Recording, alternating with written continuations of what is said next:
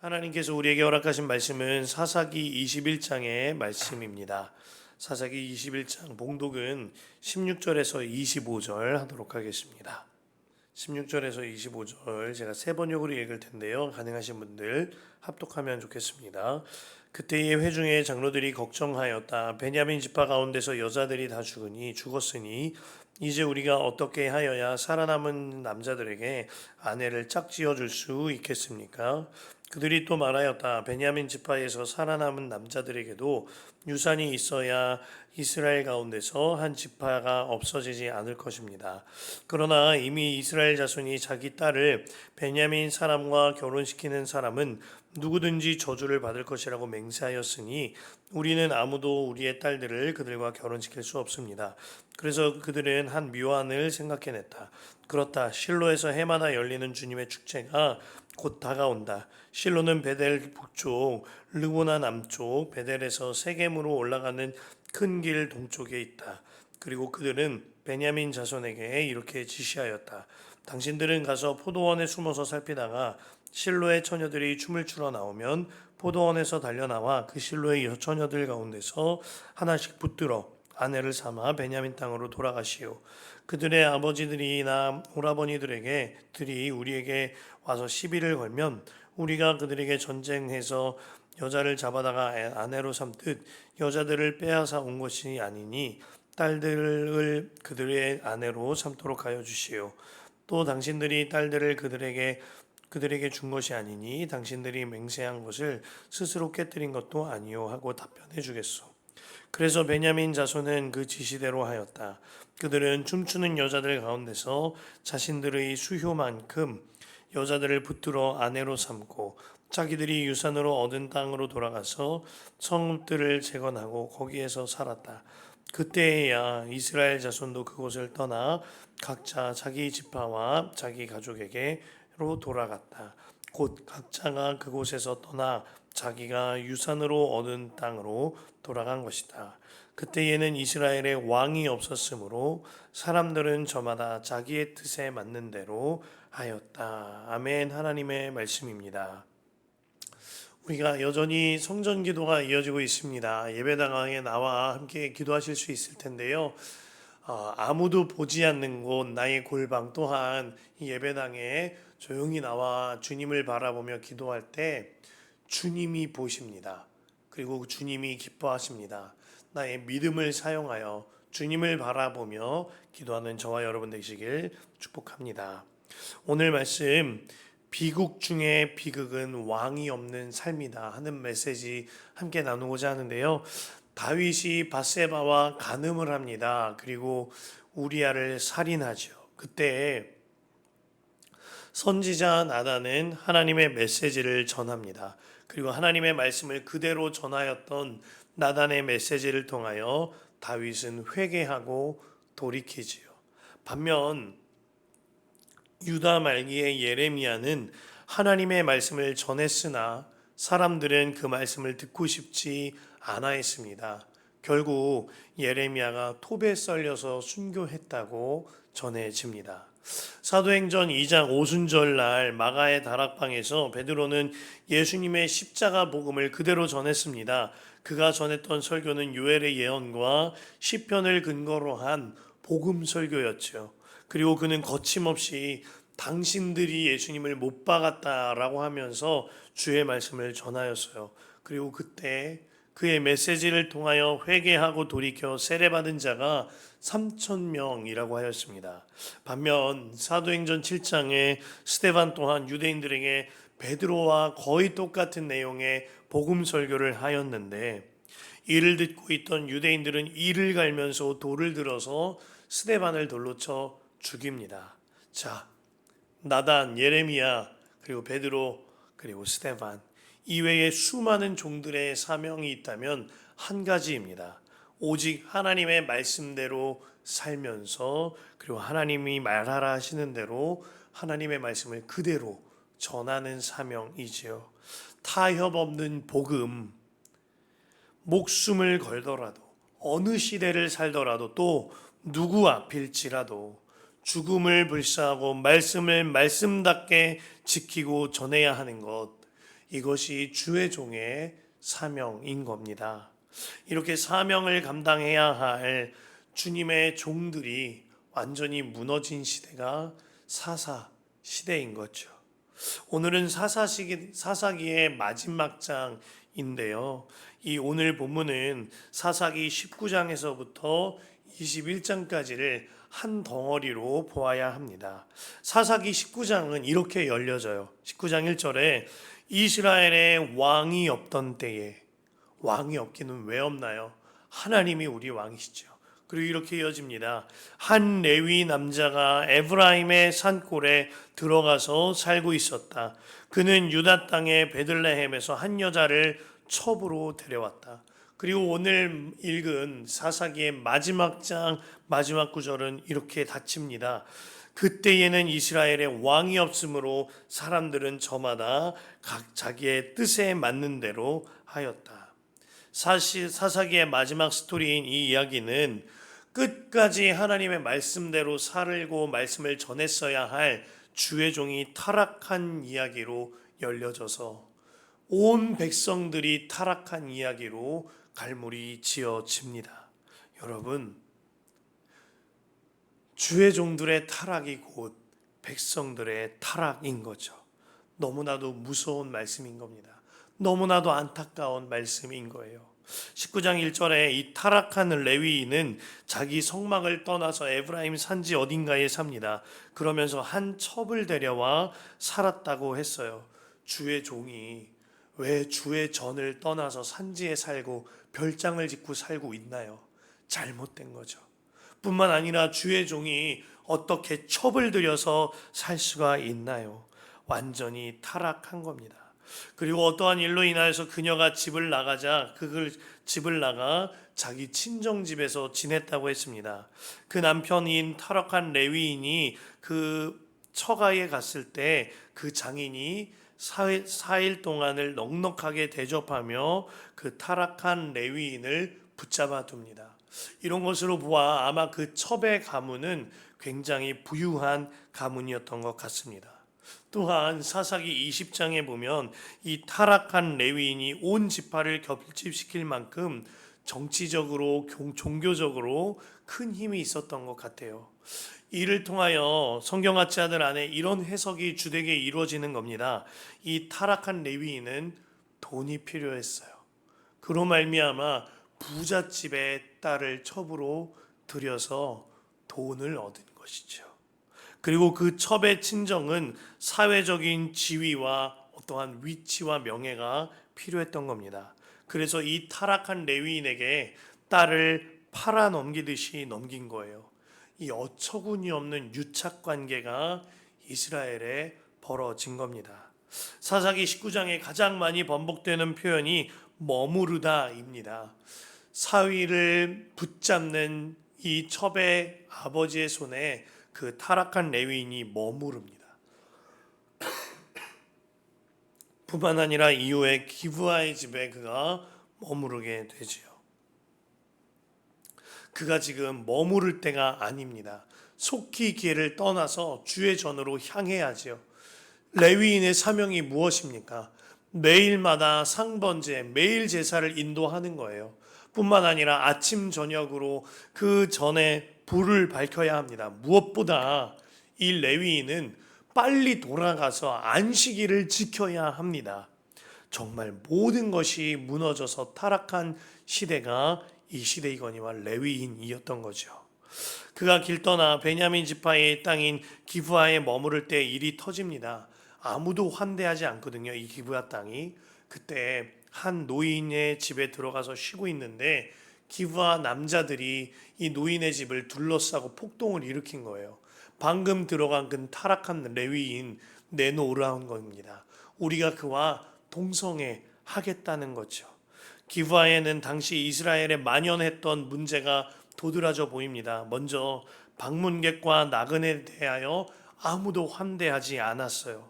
방문하는 예배자나 방문하는 손님이 있을 경우에 선물을 힘을 다하여 전하고 축복하며 환영하는 일이 하나님의 뜻입니다. 그런데 그들은 이것에 대하여 아주 인색하게 대하고 있었던 겁니다. 뿐만 아니라 동성애, 이를 비롯한 폭력과 성적인 범죄가 그 기브아 땅과 이스라엘 전체에 만연하고 있었던 거죠. 그러자 이 타락한 레위인은 자기 첩을 위기에 처하자 가차없이 문 밖으로 내쫓아버리고 문을 걸어 잠깁니다. 그리고 밤이 새도록 그 타락한 레위인의 첩은 기브아 사람들에게 성폭행 당하게 되고 살해당하여 시체가 그 문 앞에 버려지게 되지요. 다음날 새벽이 되었을 때 이 타락한 레위인은 그 시체에 눈물 한 방울, 따뜻한 말 한마디 없이 그 시체를 나귀에 실어 집으로 옮깁니다.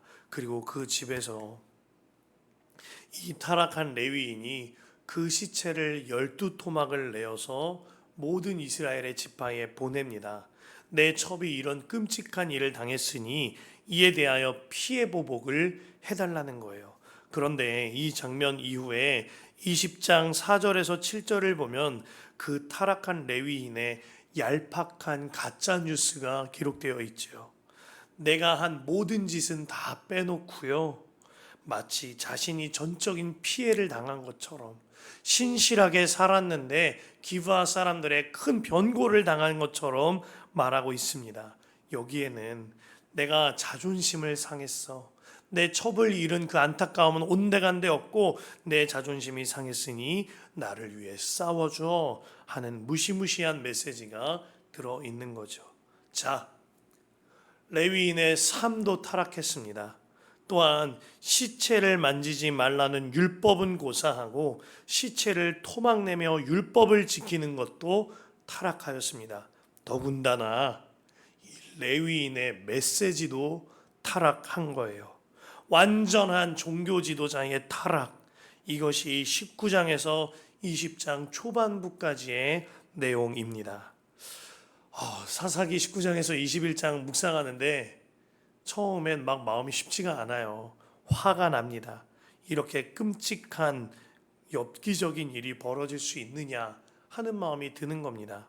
그러다 두려워졌습니다. 이런 일이 제게도 벌어진다면 진짜 끔찍한 일이 될 것이기 때문입니다.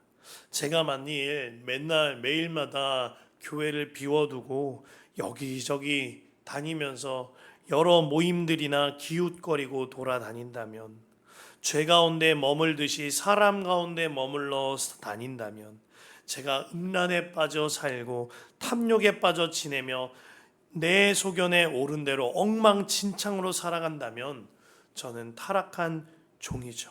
뿐만 아니라 그로 인하여 우리 교회도 저희 가정도 완전히 타락한 공동체가 되어버리고 말 겁니다. 그것은 저만의 멸망이 아니라 저희 공동체 전체의 멸망인 거죠. 그래서 너무나 두려운 겁니다. 지난 휴가 중에 하루는 시간을 내어서 이제 밤중에 해운대 번화가 거리에 이제 팻말을 잘 메고 샌드위치맨이 되어서 해운대 번화가 거리 이렇게 걷고 있었어요.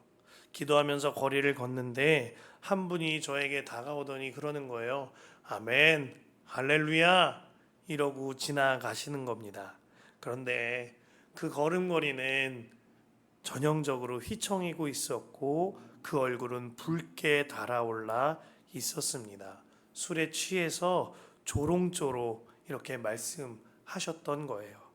그분이 지나가고 제가 이제 고개를 들어 주변을 바라보니까 그 밤에 수많은 사람들이 그분과 같이 지내고 있었습니다. 얼굴은 붉게 물들어 있고 걸음걸이는 휘청거렸어요. 뿐만 아니라 길가마다 네온 사인으로 인하여 빛은 너무나 반짝거리는데 하나님의 빛은 그 어디에도 보이지 않는 것 같았습니다. 말씀을 준비하면서 그날이 떠올라서 기도하게 되었습니다. 하나님, 휘청거리고 붉게 달아오른 이 세상 가운데에, 네온 사인만 가득한 것 같은 이 세상 가운데 주님의 빛이 되는 주의 종이 되게 하여 주옵소서 기도하게 되었어요. 그러나 이 일이 사역을 하는 목회자나 사역자들만의 일이 아닙니다. 또 한 가지, 이 부분이 모든 성도 여러분들에게도 적용점을 주고 있음을 깨달으셔야 합니다. 우리 모두는 우리 가정과 일터에 영적인 지도자여 주님의 종으로 부름받은 자들입니다. 우리 가정을 위한 기도의 기둥이요 믿음의 기둥들이세요. 그렇다면 우리는 정말 그 사명을 잘 감당해내야 하는 거죠. 우리가 만일 내 가정에서 내 일터에서 내 소견에 옳은 대로 산다면, 내 뜻대로 혈기내고 나태하고 탐심과 악한 행실이 있게 살아간다면, 그럼에도 불구하고 그대로 머물러 있다면 그것은 내 멸망만이 아니라 내 가정과 내가 속한 공동체 전체가 망하는 길임을 알아야 하는 겁니다. 19장에서 20장에 기록된 타락한 레위인의 메시지는 교회와 일터와 가정의 레위인된 우리 모두에게 주시는 하나님의 메시지인 거예요. 자, 이러한 배경 아래에 20장에 민족 간의 전쟁이 일어납니다. 타락한 레위인의 첩을 죽인 기브아 족속이 베냐민 지파 사람들이었는데, 베냐민 지파 사람들이 그 기브아 족속을 물리치기를 응하지를 않습니다. 그로 말미암아 나머지 11지파 대 베냐민 지파 간의 전쟁이 벌어진 거죠. 그제가 되어서야 11지파는 하나님을 마치 무당 찾아가듯이 찾아가서 여쭤봅니다. 하지만 이도 잠시 그들은 여전히 자기의 마음대로 베냐민 지파를 살육하고 전멸 직전까지 거칠게 내멉니다. 자기의 소견대로 옳은 대로 전쟁을 일으켰고 베냐민 지파를 멸절 직전까지 죽이게 만들었어요. 그런데요, 오늘 20장 본문을 보면 이제 와서 그들이 하나님한테 이렇게 말합니다. 2절과 3절에 이스라엘 백성은 베델에 이르러 거기에서 저녁이 되도록 하나님 앞에 앉아 소리를 높여 크게 통곡하였다. 여러분, 이거는 회개가 아닙니다. 3절 보면 그들은 울부짖었다. 주 이스라엘의 하나님, 어찌하여 이런 일이 이스라엘에서 일어났습니까? 오늘 한 지파가 끝내 이스라엘에서 없어지고 말았습니다. 진짜 어이없는 일이 벌어진 거예요. 내가 결정하고 내가 행동하고 내가 정쟁을 일으켜서 사람들을 다 죽였습니다. 그런데 원망은 하나님한테 하고 있는 거예요. 하나님 왜 이렇게 하셨어요?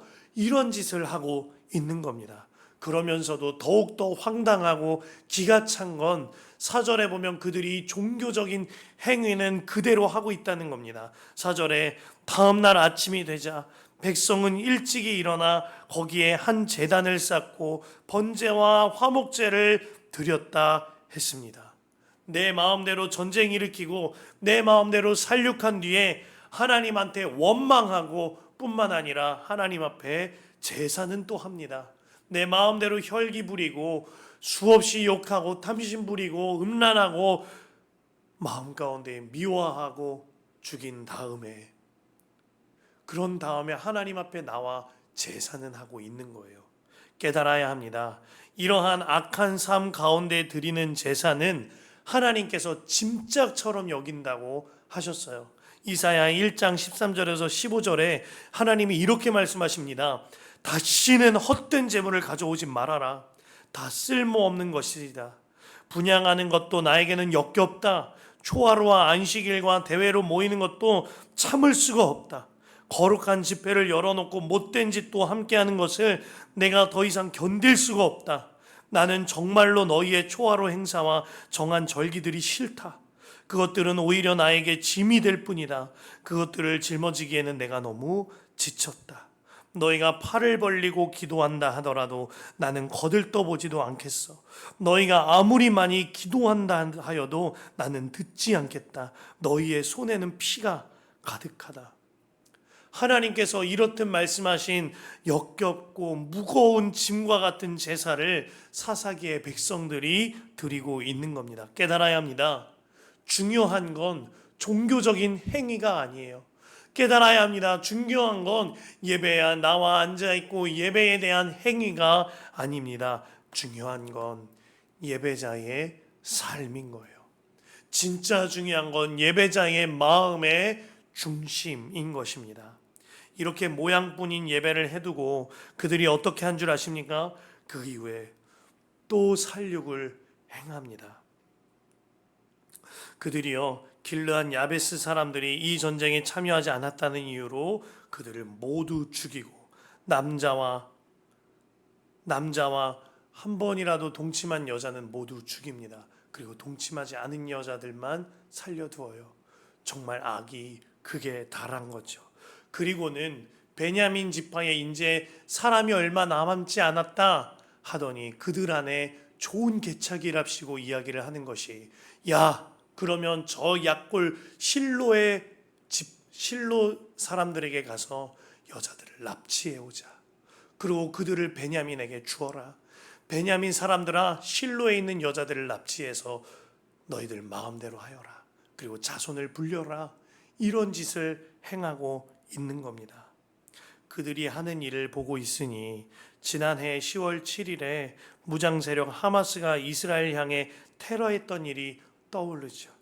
하마스는 민간인들이 축제를 벌이고 있는 곳으로 가서 낙하산 위에서부터 총을 들고 내려오고 오토바이를 타고 차를 타고 다니면서 총을 가차없이 사람들에게 쏴 죽였습니다. 그리고 여성들과 영유아와 노약자들은 납치해서 인질을 삼았어요.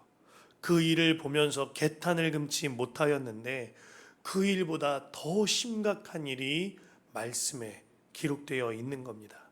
여러분, 이것이요, 종교 생활하는 사람들의 무서움인 거예요. 제사도 해요. 기도도 해요.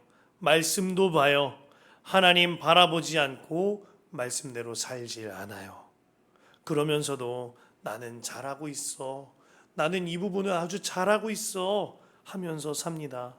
그 결국 죽고 죽이는 끔찍한 일을 만드는 거예요. 여러분, 오늘 말씀이 너무너무 어둡고 무겁죠. 그런데 이 말씀을 통하여 깨달으셔야 합니다. 수천 번 예배하고 수만 번 찬양하고 수없이 기도하고 말씀 들어도 그 삶으로 하나님을 왕으로 모시지 않은 삶을 살면, 그 삶으로 하나님을 왕으로 모시고 하나님을 예배하지 않고 살면 정말 죽고 죽이는 사람이 되어 버리는 겁니다. 그러면서도 내가 무슨 일을 하고 있는지 모르고 사는 거예요. 오늘 말씀은 완전한 비극으로 끝납니다. 이를 통하여 오히려 우리에게는 우리의 심령을 깨우고 계신 거죠. 여러분, 비극 중의 비극, 왕이 없는 삶입니다. 예배당에 나와 있는 여러분 말고, 겉모양으로 예배하는 종교인 말고, 여러분들의 삶에 하나님의 왕된 삶 살게 되시기를, 여러분 마음의 중심에 하나님이 왕된 삶 사는 진정한 예배자가 되시기를 간절히 축복합니다.